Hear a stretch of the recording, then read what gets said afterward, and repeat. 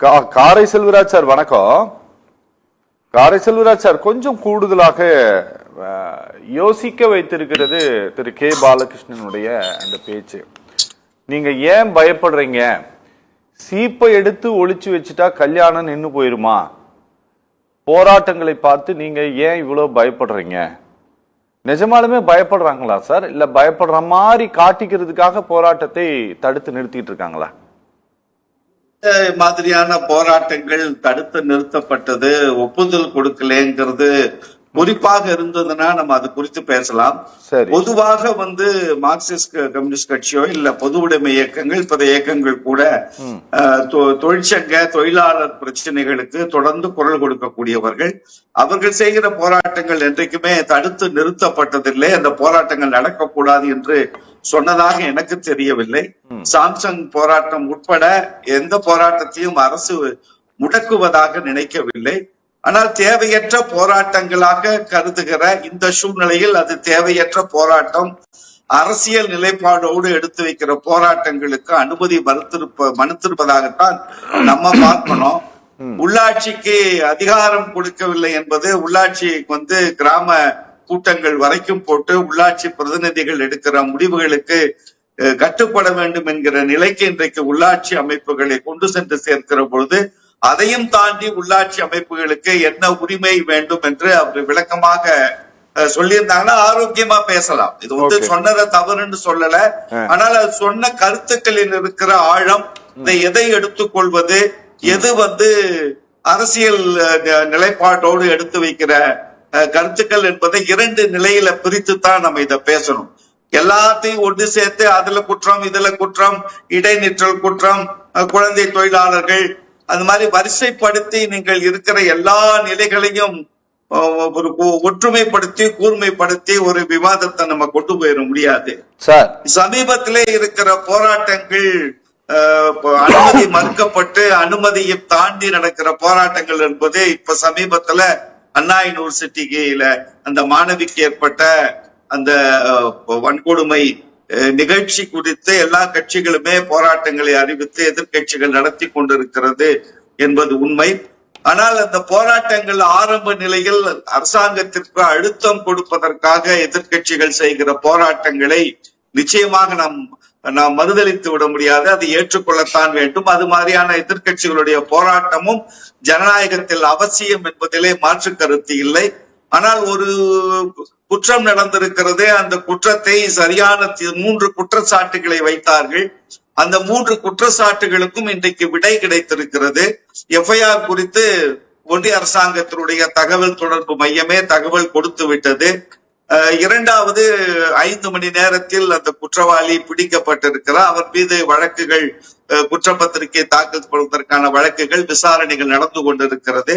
யார் அந்த சார் என்கிற ஒரு போஸ்டர்ஸ் எல்லாம் நிறைய முளைத்திருக்கிறத பாக்குறோம்.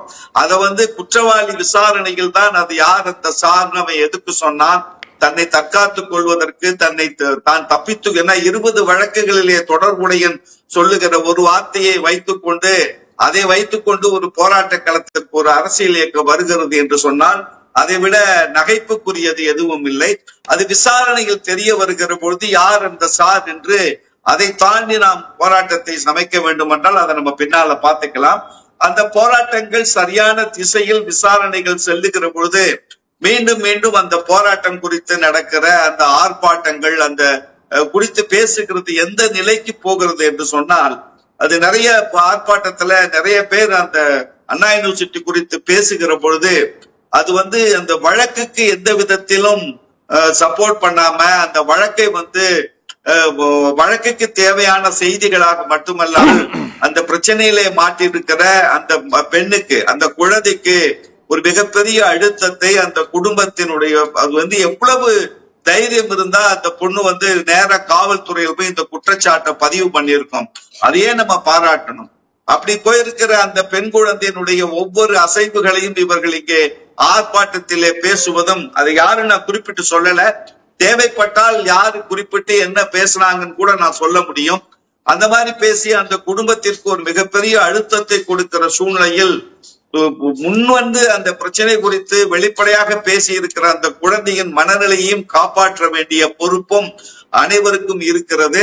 அந்த ஆர்ப்பாட்டம் என்பது இனிமேலும் அந்த ஆர்ப்பாட்டங்கள் தொடர்ந்து நடைபெறுவது என்பது அரசியல் ஆதாயத்திற்காக இவர் நடத்துகிற போராட்டம் தானே தவிர அரசாங்கத்திற்கு அழுத்தம் கொடுக்க வேண்டிய இடத்தில் அந்த விசாரணை இல்லை. சொல்லுங்க சார். அதாவது நீங்க சொல்றது கரெக்ட் சார்.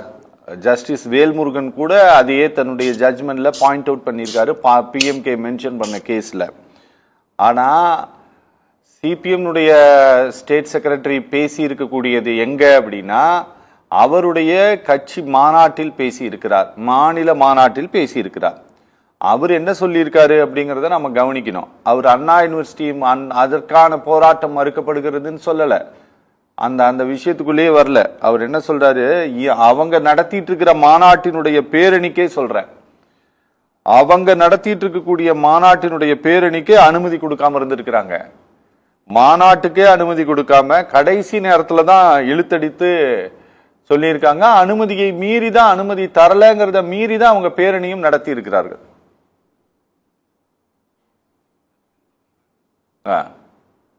அது அனுமதி ஏன் மறுக்கப்பட்டது என்பதற்கான தரவுகள் இல்லாம நம்ம அதை பேசிட முடியாது. இவர்கள் கொடுத்த அனுமதி, எதற்காக அனுமதி கேட்டார்கள், என்ன போராட்டம், ஏன் அதற்கு அரசு தாமதப்படுத்தியது என்று அவர்கள் கொடுத்த அந்த விண்ணப்பம், அந்த போராட்டத்தினுடைய தன்மை என்பது, எதற்காக அந்த ஆர்ப்பாட்டம் என்கிற ஒரு நிலை தெரியாம நம்ம அது உள்ள போய் ரொம்ப விவரமாகவும் நம்ம பேசிட முடியாது. ஆனால் ஒரு இயக்கத்தினுடைய பொதுச் செயலாளரோ இந்த இயக்கத்தினுடைய தலைவர்களோ கலந்து கொள்ளுகிற கூட்டங்களுக்கு முறைப்படி அனுமதி தர வேண்டும் என்பது ஒரு ஜனநாயகத்தினுடைய கடமை. அது ஏன் மறுக்கப்பட்டது என்பது அது குறித்து நம்ம ஆழமாக சிந்திக்க வேண்டிய செய்தியை தோழர் பாலகிருஷ்ணன் அவர்கள் சொல்லியிருக்கிறார்கள் என்று எடுத்துக்கொள்ளலாம். குழந்தைகள் இடைநிற்றல் பத்தி அவங்க பேசி இருப்பது என்பது சமீபத்திலே வந்திருப்பது, இந்தியாவில் மொத்தம் 23.4 லட்சம் குழந்தைகள் இடைநிற்றல் வந்திருக்குதுன்னு ஒரு ஆய்வறிக்கை கொடுத்திருக்கிறது. அந்த இடைநிற்றல் என்பது மிக குறைவாக இருக்கிற மாநிலங்கள் 4 மாநிலங்கள். அதில் ஒரு மாநிலம், முதன்மை மாநிலம் தமிழ்நாடு. பள்ளியில் மாணவர் சேர்க்கை என்பது அதிகமாக இருப்பதும், பள்ளிகள் குறைவாக இருக்கிற ஒரு சூழ்நிலையில் மாணவர்கள் சேர்க்கை அதிகமாக இருக்கிறது தமிழ்நாடு என்கிற புள்ளி விவரம் வந்திருக்கிறது. உள்ளாட்சிக்கு உரிமைகள் என்பது அது எப்பொழுதும் தொடர்ந்து பேசப்படுகிற செய்திதான். உள்ளாட்சிக்கு எந்த மாதிரியான உரிமை கொடுக்க வேண்டும் என்று அவர் பேசியிருந்தால் அது குறித்து ஆரோக்கியமாக விவாதிக்கலாம். இப்பொழுது கிராம ஊராட்சிகளுக்கு மிகப்பெரிய உரிமையை கொடுத்திருக்கிறது. அவர்கள் குரல் இன்றைக்கு தமிழகத்திலே கேட்கப்பட்டிருக்கிறது. தாழ்த்தப்பட்ட, மிகவும் தாழ்த்தப்பட்ட மலைவாழ் மக்களை தலைவர்களாக கொண்டிருக்கிற இடங்களில் ஏற்படுகிற பிரச்சனைகளை கூட செய்து அவர்களை இருக்கையில் அமர வைத்து அவர்கள் பணியை தொடங்குகிற அளவிற்கான சூழ்நிலைகள் கூட இன்றைக்கு தமிழ்நாடு அரசியல் களத்தில் வந்திருக்கிறது என்பது உள்ளாட்சி அமைப்பின் மீது நம்பிக்கை வைத்திருக்கிற ஒரு அரசாங்கம் இப்பொழுது நடைபெற்றுக் கொண்டிருக்கிறது என்பதில் மாற்று கருத்து இல்லை. மதவாத அடிப்படை என்கிற ஒரு செய்தியை சொன்னார், அதை மட்டும் நான் சொல்லி முடிக்கிறேன். மதவாத கருத்துக்கள் என்பது அறநிலையத்துறையால் நடைபெறுகிற எதையும் இவர்கள் ஒரு கட்சியினுடைய கொள்கையோடு இவர்கள் இணைத்து பார்த்து விடக் கூடாது. மதம் என்றால் ஒரு கோயில் திருவிழா நடத்தணும். இப்ப கிட்டத்தட்ட 1499 கோயில்களுக்கு கும்பாபிஷேகம் பண்ணிருக்கோம். ஏன் அந்த கும்பாபிஷேகம் பண்ணீங்க? அது மத விழா, அது அரசாங்கம் பண்ணக்கூடாதுன்னு சொல்ல வர்றாங்களா? முருகனுக்கு அறுபடை வீடு முருகனுக்கு தமிழ் கடவுள் என்று பெரும்பாலானவர்கள் சொல்லப்படுகிற அந்த தமிழ் கடவுளுக்கு அரசாங்கம் விடை எடுத்தது என்பது அறநிலையத்துறை. அந்த அறநிலையத்துறை என்பது அனைவருக்கும் பொதுவானது.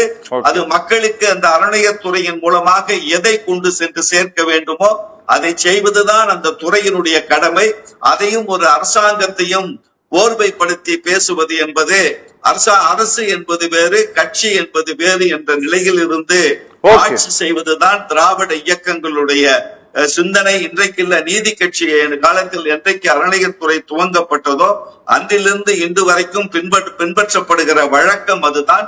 அதனால மதவாதத்தை எடுத்துக்கொண்டு இவர்கள் திருவிழாக்களை நடத்துறாங்க, ஆன்மீக விழாக்களை நடத்துறாங்க என்று சொல்லுகிறதெல்லாம் ஒரு இயல்பாக ஒரு இயக்கத்தின் மீது, ஒரு அரசாங்கத்தின் மீது குற்றச்சாட்டு வைக்கிற செய்தியாகத்தான் நான் பார்க்கிறேன். Okay sir, okay.